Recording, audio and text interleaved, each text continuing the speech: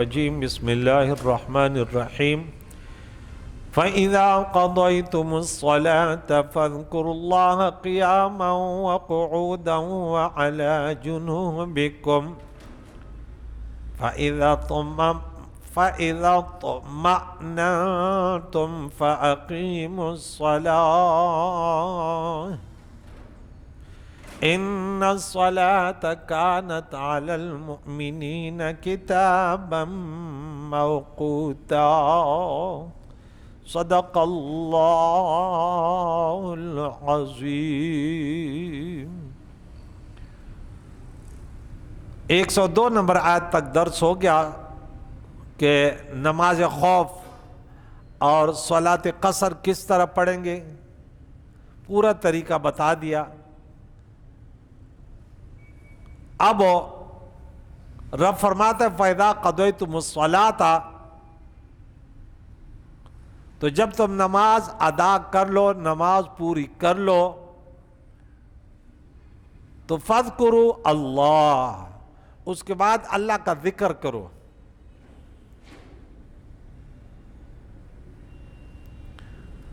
آپ کی 3 حالتیں ہیں، یا آپ کھڑے ہوں گے یا بیٹھے ہوں گے یا لیٹے ہوں گے، تو فرمایا اللہ کا ذکر کرو، قیاماً کھڑے ہوئے، وقعوداً اور بیٹھے ہوئے، وعلی جنوبکم اور اپنے پہلو کے بل۔ خصوصاً جب آپ نماز سے فارغ ہو تو اللہ کا ذکر کریں۔ ذکر کے مختلف صورتیں ہیں، میں اس کا ذکر کر رہا تھا، کیا کہتے ہیں، اس کو یاد کر رہا تھا۔ تو اللہ کو یاد کریں، دعاؤں میں یاد کریں، یا اللہ تو نے توفیق دی مجھے نماز پڑھنے کی، یا اللہ ہماری مشکل آسان فرمائے، یا اللہ مجھے ہمیشہ کے لیے 5 کی نماز پڑھنے والے، یا یہ ذکر کہ لا الہ الا اللہ، یہ ذکر کریں۔ اس سے قبل سورہ آل عمران میں غالباً آیت نمبر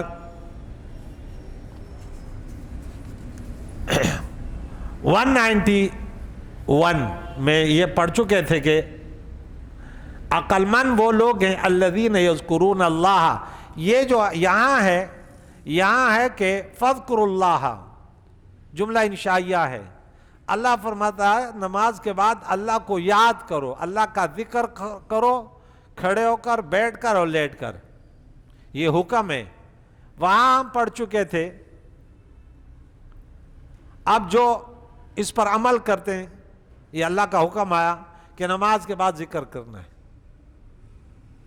آج کل تو لڑائیاں ہوتی ہیں، ذکر کیوں کیا، فلاں کیوں کیا، تو فلاں کیوں کیا۔ مولوی جتنے اچھے ہیں تو اتنے فسادی بھی ہوتے ہیں۔ اگر کسی نماز کے بعد پڑھا لا الہ الا اللہ، وہ بولیں گے بدعت ہے۔ بدعت کے معنی ہوتے ہیں جہنم میں جانے کا عمل ہے۔ بھر لا الہ پڑھنا تو اللہ کے نبی لا الہ الا تفلحوا، لا الہ پڑھو جنت مل جائے گی، فلاح پاؤ گے۔ اب اس دور کا فتنہ پرور مولوی جس کو بدعتی کہتے ہیں، وہ کہتے ہیں نماز کے بعد لا الہ الا پڑھ لیا لہٰذا آپ جہنم آپ کو مل گئی۔ انا للہ، بھائی میں نے تو پڑھا کہ اللہ کے سوا کوئی معبود نہیں ہے، اور آپ کہتے ہیں یہ جہنمیوں کا عمل ہے۔ افسوس کی بات ہے نا کہ فوراً وہ فتویٰ لگائے گا۔ مولیوں کے شر سے بچائے اللہ، بولو امین۔ بخاری کی حدیث ہے، عبداللہ بن عباس فرماتے ہیں کہ حضور جب نماز پورے کرتے تو ہمیں پتہ کیسے چلتا، ہم ذکر سنتے کہ حضور علیہ السلام بآواز بلند۔ اب ہم کہتے ہیں ضروری تو نہیں ہے نا اگر کسی کی نماز خراب ہوئی لیکن اس پر یہ فتویٰ لگانے والے فتنہ پرور ہوتے ہیں۔ میں نے خود ایسے مولویوں کو، فتنے والوں کو سنا، لوگوں کے سامنے بڑا شریف بیٹھا ہوگا، یوں لگ رہا ہے یہ دین کی تبلیغ کر رہا ہے، حالانکہ وہ دین کی تبلیغ نہیں کر رہا، وہ لوگوں میں فتنہ برپا کر رہا ہے کہ لوگ آپس میں ٹکرا جائیں۔ بھائی ٹھیک ہے، جو نہیں کر رہے وہ بھی ٹھیک ہے، لیکن جو کر رہے اس کو بھی پریشان نہیں کرو۔ اللہ کا نام یاد کر، آپ اللہ کے نام یاد کرنے پر پابندی لگاتے، کتنا بڑا ظالم ہے۔ اللہ فرماتا ہے سورہ اس میں پہلے پارے میں پڑھ چکے، اس سے بڑا ظالم کون جو اللہ کی مسجدوں کو اس بات سے روکے کہ اس میں اللہ کا نام لیا جائے۔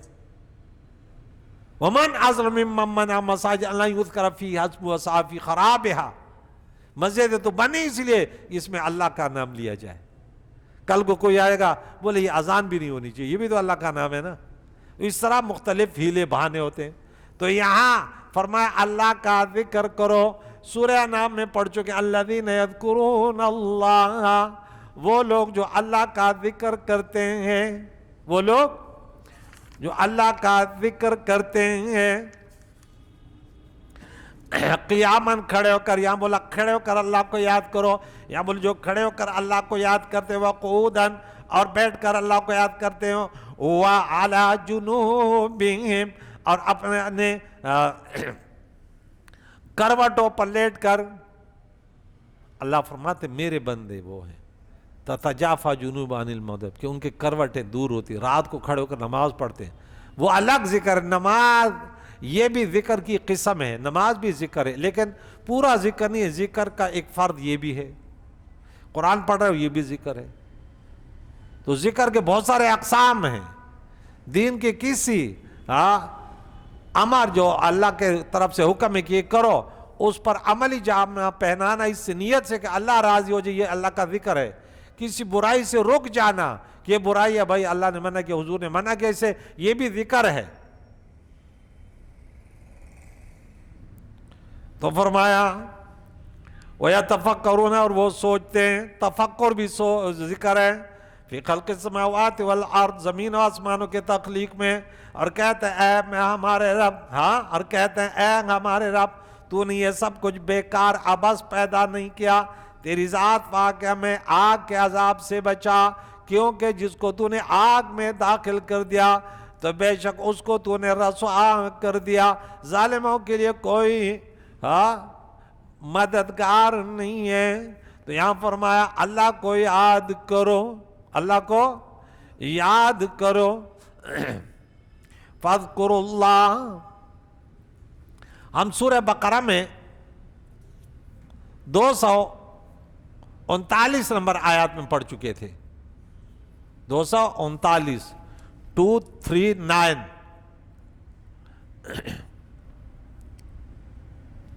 فَإِنْ خِفْتُمْ فَرِجَالًا أَوْ رُكْبَانًا، اگر تمہیں خوف ہے، نماز امن کے ساتھ نہیں پڑھتے، خوف ہے دشمن کا، تو پھر اگر آپ پیدل ہو، پیادہ ہو یا سوار ہو تو نماز پڑھو. کل جیسے گزرا، ہر حالت میں اپنے نماز پڑھنی ہے.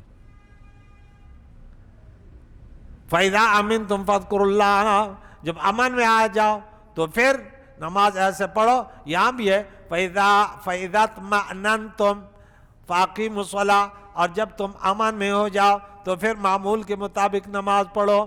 یہاں فرمایا پھر فَاذْكُرُوا اللَّهَ كَمَا عَلَّمَكُمْ، اور پھر اللہ کو یاد کرو جیسے تمہیں سکھایا. مَا لَمْ تَكُونُوا تَعْلَمُونَ، جس کو تم نہیں جانتے. حافظوا علی الصلوات، یہاں بھی فرمایا 238 پر کہ نمازوں کی حفاظت کرو. اگر جنگ کے حالت میں، جہاد کے حالت میں ہو، سفر کے حالت میں ہو، نماز سے غافل نہیں ہونا. کیوں؟ ان الصلاۃ، بے شک نماز، کانت ہے، علی المؤمنین، مسلمانوں پر، کتاباً موقوتا، فرض کی گئی، وقت مقررہ میں. اب اس سے یہ پتہ چلا کہ دو نمازیں ایک وقت میں آپ نہیں پڑھ سکتے. بعض لوگ آپ کو کہیں گے کہ بھائی چلو سفر میں جا رہے ہیں تو ظہر اور عصر میں ایک نماز ایک ساتھ پڑھ لیں. ہم کہتے ہیں نہیں غلط ہے. اللہ فرماتا ہے نماز فرض کی گئی ہے. ان الصلاۃ کانت علی المؤمنین، مسلمانوں پر، کتاب موقوتا، اپنے وقت مقررہ میں. اب بعض حدیثوں میں جو آتا ہے اس کا کیا جواب ہے؟ ہم کہتے ہیں اس کو جمع حقیقی نہیں کہتے بلکہ سوری. وہ یہ کہ آپ سفر میں جا رہے ہیں تو ظہر کے نماز کو آخری وقت میں پڑھیں. ظہر کا ٹائم ختم ہو رہا ہے 4:15 پہ یا 4:30 آج کل جیسے، تو آپ جو ہے 4:20 سے شروع کریں، 4:30 تک ختم ہو جائے گی. اس کے بعد 1 منٹ کے بعد اب ایسے کریں، 1 منٹ رہ گیا، ایک کے بعد اس کے بعد جو ہے نا عصر کی پڑھ لیں، پھر سفر شاری کریں. تو یہ صورتاً بظاہر یہ لگتا ہے کہ تو دونوں نمازیں ایک ساتھ کر رہے ہیں، لیکن نہیں، انہوں نے اپنے اپنے وقت میں پڑھی. لیکن پہلے والے کو آخری وقت میں اور دوسری والے کو پہلے وقت میں پڑھا. اب کوئی اور بھی اعتراض کر سکتا ہے کہ بھائی آپ لوگ بھی تو مزدلفہ میں جب عرفات سے لوٹ کر آتے ہو تو 2 نمازیں ایک ساتھ پڑھتے ہو، اس کا پھر کیا جواب دو گے؟ عرفات سے آتے راستے میں نماز نہیں پڑھتے، سورج غروب ہوتے ہم عرفات سے شروع ہوتے، اور پھر رات کو کوئی 10 بجے پہنچ رہا ہے، کوئی 3 بجے پہنچ رہا ہے، کوئی 12 بجے پہنچ رہا ہے، اور پھر وہاں پہلے مغرب کی پڑھتا ہے، اس کے بعد عشاء کی پڑھتا ہے۔ تو ہم کہتے ہیں دیکھیں قرآن پاک میں ہے کہ آپ نماز کو اپنے وقت مقررہ پر پڑھو، تو اب یہ قرآن ہے، اور جو پہلے دلائل دے رہے تھے دوسری نمازوں کے بارے میں وہ خبر احاد ہیں، وہ حدیث ایسے طاقتور نہیں ہے کہ آپ قرآن کے کسی اوقات میں تبدیلی لائیں۔ اور یہ جو دلیل ہے مزدلفہ والی عرفات والی، تو یہ وہ حدیث ہے جو حد تواتر تک ہے، اس پر آپ عمل کر سکتے کہ وہ بالکل وہ صحیح ہے۔ لیکن بقیہ جو آپ نماز سفر کے حالت میں 2 نماز ایک ساتھ پڑھتے ہو، وہ حدیث ایسے نہیں ہے کہ آپ کسی قرآن پاک کے حکم میں تبدیلی لائیں، یعنی ایک اعتبار سے اس کو نسخ کہتے ہیں، اس حکم کو منسوخ کر دیں۔ اللہ سمجھنے کی توفیق عطا فرمائے۔ احناف اہل سنت و جماعت حنفی مسلک والے سب سے زیادہ تحقیق کرنے والے ہوتے ہیں، ہر بات پر غور فکر کرتے ہیں، اس پر بھی عمل کر دیں مزدلفہ عرفات والے پہ، لیکن عام حالت سفر میں جو ہے اس پر پھر عمل نہیں کرتے، کہتے نہیں بھائی اس حدیث کے رتبے کو دیکھو، اس کو دیکھو، یا قرآن کے حکم کو دیکھو، ہاں ہم ایسے تھوڑی کر سکتے ہیں۔ وَلَا تَهِنُوا فِي ابْتِغَاءِ الْقَوْمِ،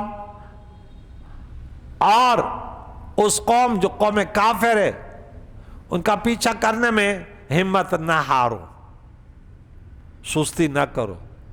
جنگ احد میں مسلمان شہید بھی بہت سارے ہوئے اور زخمی بھی ہوئے، پھر آقا دو جان نے فرمایا کہ یوں لگ رہا کہ ابو سفیان نے جا کے آگے کہا کہ ارے ویسے بھی کچھ شہید ہو گئے، کچھ زخمی دوبارہ جا کے حملہ کرتے ہیں۔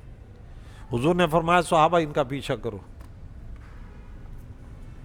ان کا پیچھا کرو۔ تو دوسری جگہ پہ آتا ہے کہ انہوں نے اللہ اور اللہ کے نبی کا حکم قبول کر لیا، اگرچہ ان پر زخم تھے، زخمی تھے، بڑے شہادتیں پائی، لیکن اللہ کا حکم سنا، حضور کے فرمان کے مطابق، تو انہوں نے کہا لبیک یا رسول۔ جب یہ چلے انہوں نے دیکھا ارے یہ تو ہم تو سمجھ رہے تھے کمزور ہے، یہ تو ابھی بھی حملہ کر رہے، وہاں سے وہ گئے۔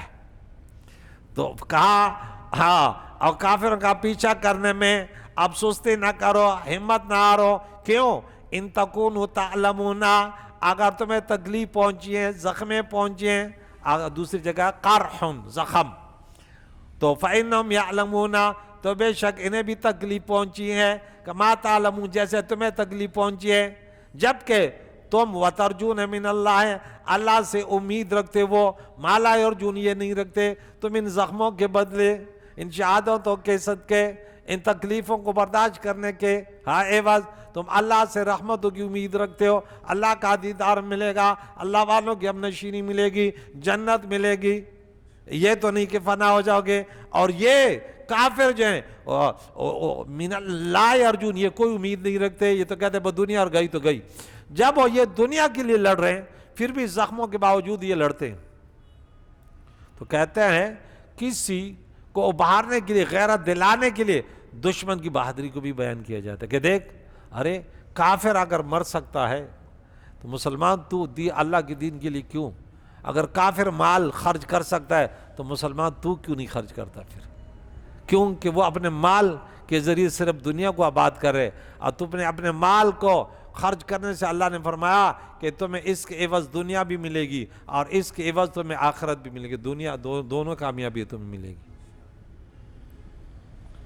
وَقَانَ اللَّهُ عَلِيمًا حَكِيمًا، اور بے شک اللہ علم والا، بڑے حکمت والا ہے، اس کے ہر معاملے، جو جہاد ہے، سفر ہے، حضر ہے، نماز ہے، اللہ کی بندگی ہے، تمام اوامر یہ حکمت پر مبنی ہے، تمام نواحیات منہیات جو برے کام ہیں جس سے باز رکھنے کو انسان کو کہا، اس میں بھی بڑی حکمتیں ہیں، اور انسان کی کامیابی اسے میں ہے کہ جب کرنے کے کام ہو تو حتی الامکان جو اللہ نے اس کو طاقت دیے اس کے مطابق اس کو بجاوری کے لیے اپنا مال بھی خرچ کرے، اپنی جان کی قربانی بھی دے، اور یہ پڑھے کہ ارے ان اللہ اشتری من المؤمنین انفسهم واموالهم بان لهم الجنہ، سورۃ نمبر 9 آیت نمبر 111 میں ہے کہ اللہ خرید چکا ہے مسلمانوں سے ان کے مال اور ان کی جانیں، کیونکہ اس کے صدقے ان کو جنت ملے گی۔ اور یہ جسم تو یہ تو کمزور ہونے والا ہے، یہ تو فنا ہونے والا ہے یہ جسم، لیکن اس کے بدلے میں یہ روح جو ہے روح ہمیشہ باقی رہے گی۔ اس کو ایسے جسم پھر ملے گا کہ اس پر کبھی بڑھاپا نہیں آئے گا، اس پر بیماری نہیں آئے گی، وہ ہمیشہ خوشیوں میں رہے گا۔ کریم مولا سے دعا ہے قرآن مجید فرقان حمید کے تعلیماتوں کو سن کر اس پر عمل کر کے دوسروں کو پہنچانے کی توفیق عطا فرمائے۔ وصلی اللہ تعالی علی خیر خلقہ محمد وعلی آلہ وصحبہ اجمعین برحمتک یا ارحم الراحمین۔